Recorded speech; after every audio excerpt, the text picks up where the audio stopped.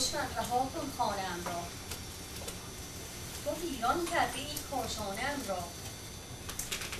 به دست کارگر کارش رو بودی، تو آرامش ز دانشجو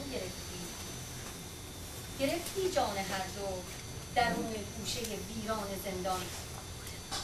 نشاندی داغ غم بر سینه هاشان، ترحم نه بر مادر نمودی نه بر جان جوانان.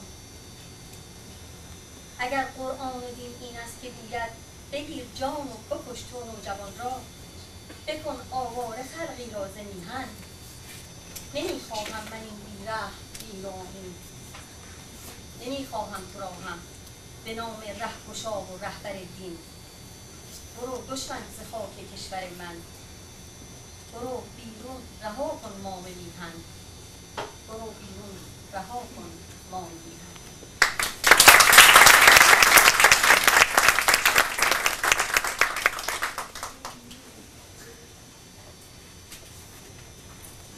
تو ای ایرانی مغرور در غربت نشسته، در شادی به روی قلب خود بسته. بهار قلب تو چون زهر پاییز است، که نه گرم و نه سرد اما دلانگیز است.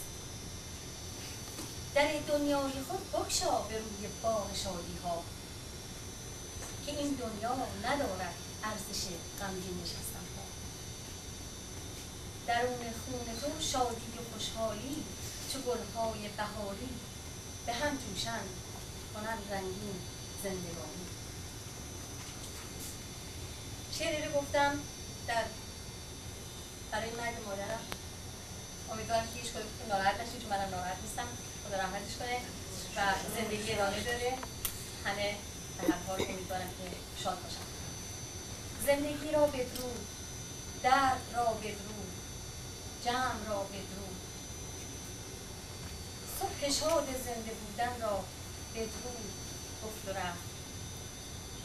روح آزاد کرد از قفس جسم مریض، زندگی در شام نیستی آغاز کرد، در افق پرواز کرد.